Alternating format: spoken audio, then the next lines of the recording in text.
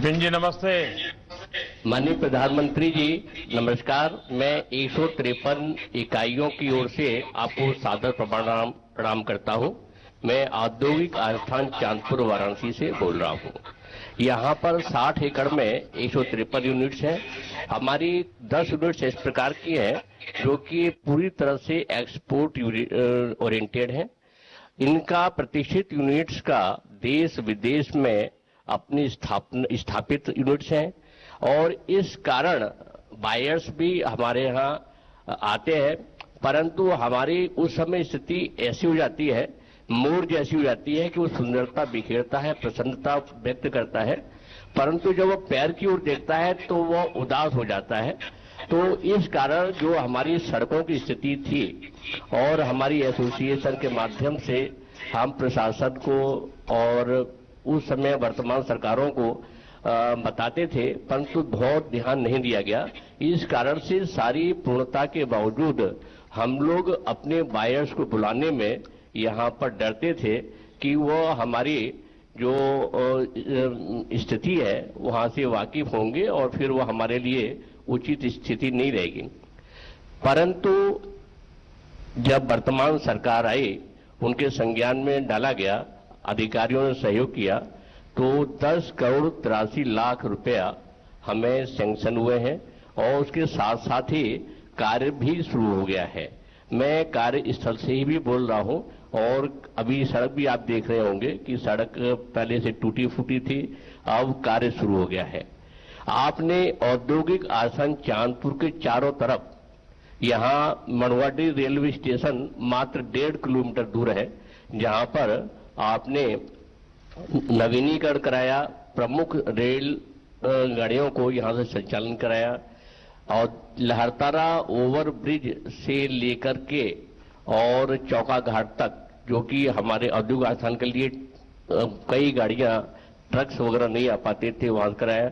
मनवाडी जो railway station over bridge पर जो कार्यक्रम हुआ है तो सुविधा और उद्यमियों को हो गई है। इस कारण हम उद्यमी आपको बहुत बहुत धन्यवाद देते हैं। विपिन जी भाई, ये बात तो आपने कहा कि सरकार ये कर रही है, सरकार वो कर रही है, करना भी चाहिए और अब तक नहीं हुआ उसका कारण जो नुकसान हुआ है वो भी हम समझ सकते हैं। लेकिन मैं स्वयं ऐसे छोटे छोटे औद्योगिक इकाइयों में कई बार जा चुका हूं। मेरे मन में हमेशा एक शिकायत रहती है। जो औद्योगिक इकाई होती है उसके अंदर जो मालिक या मैनेजर बैठते हैं उसकी चैम्बर तो बहुत बढ़िया होती है, लेकिन बाकी वहां देखिए अपने जो कारीगर काम करते हैं उनके खाने के लिए जगह, उनके टॉयलेट और मान लीजिए 25-30 छोटी छोटी इंडस्ट्री है तो बाहर की सफाई, थोड़ी उसकी रौनक, इसके प्रति एक संगठित प्रयास करे तो कोई ज्यादा खर्चा नहीं होता है, क्योंकि आप ही की अमानत है। बाहर के लोग जब आते हैं, जब अंदर प्रवेश करते हैं और वो एनवायरनमेंट देखते हैं तो बड़ा ही मन को क्षोभ होता है। और मैं मानता हूं कि आप लोगों ने, विपिन जी आप तो बड़े जागरूक नागरिक हैं, आपने इस प्रकार से चिंताएं भी की है। एक परिसर की पूरी यानी एक प्रकार का ऐसा एनवायरनमेंट, यानी आपके कारीगर को भी घर जाने का मन न करे, उसको लगे कि नहीं भाई 6 बज गए हैं जाना है, लेकिन ऐसा करो आधा पौना घंटा बैठते हैं, जरा यहां अच्छा माहौल है। ये स्थिति हमारी बनती नहीं है। ये मुझे लगता है कि ऐसे छोटे छोटे एसोसिएशन ने कुछ न कुछ सोचना चाहिए। देखिए दिवाली और त्योहारों को लेकर जरा अब तो व्यापार उद्योग में भी लोगों का ध्यान गया होगा। कोरोना का भय भी काफी मात्रा में कम हुआ है, सजगता तो बनाए रखनी पड़ेगी, लेकिन क्या लॉकडाउन के बाद में कुछ सुधार की दिशा में क्या लग रहा है काशी में? पहले तो मैं स्वच्छता के विषय में बताता हूं कि औद्योगिक आस्थान सहकारी समिति लिमिटेड, जो कि उद्योग विभाग एवं उद्यमियों के सहयोग से बनी है और लगातार स्वच्छता पर ध्यान देती है। वृक्षारोपण हमारे यहाँ मैं समझता हूँ नोएडा के बाद दूसरी स्थिति होगी जो कि जिस प्रकार का हमारे यहाँ वृक्षारोपण हुआ है कि यहाँ पर शांतिपूर्ण वातावरण रहता है। ये कमी जो थी वो आपके द्वारा पूरी हो रही है। कोरोना काल में भी हमें लॉक इन के पश्चात भी कई प्रकार के समय की प्रतिबद्धता थी, परंतु हमारी यूनिट्स चलने में स्थानीय प्रशासन ने बहुत सहयोग किया, हमें ऑनलाइन पास इशू किए, इस कारण से हमारे उद्योग चलते रहे। एक कठिनाई आ रही थी कि हमारा टर्नओवर, कैश फ्लो या लेन देन एक तरह से बिल्कुल समाप्त हो गया था, किसी के पास पैसा देने के लिए नहीं रह गया था।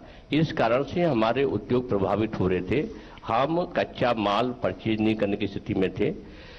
परंतु जब आपकी स्कीम सीसी लिमिट्स को बढ़ाने की आई तो उसने संजीवनी का कार्य किया और एक तरह से जो जाम पहिया था वो पहिया एक बार चालू हो गया, तो उसके बाद से अब स्थिति इस प्रकार की है कि हम सामान्य स्थिति में आ गए हैं और कार्यक्रम उसी प्रकार से अब चालू चल रहे हैं। अब कोरोना का कोई डर भय कुछ नहीं है, परंतु हम लोग मास्क और सैनिटाइजेशन जो भी आप हमें निर्देश दिए हैं उसका पूरा पालन करते हैं, क्योंकि हम आपको वाराणसी का अभिभावक मानते हैं।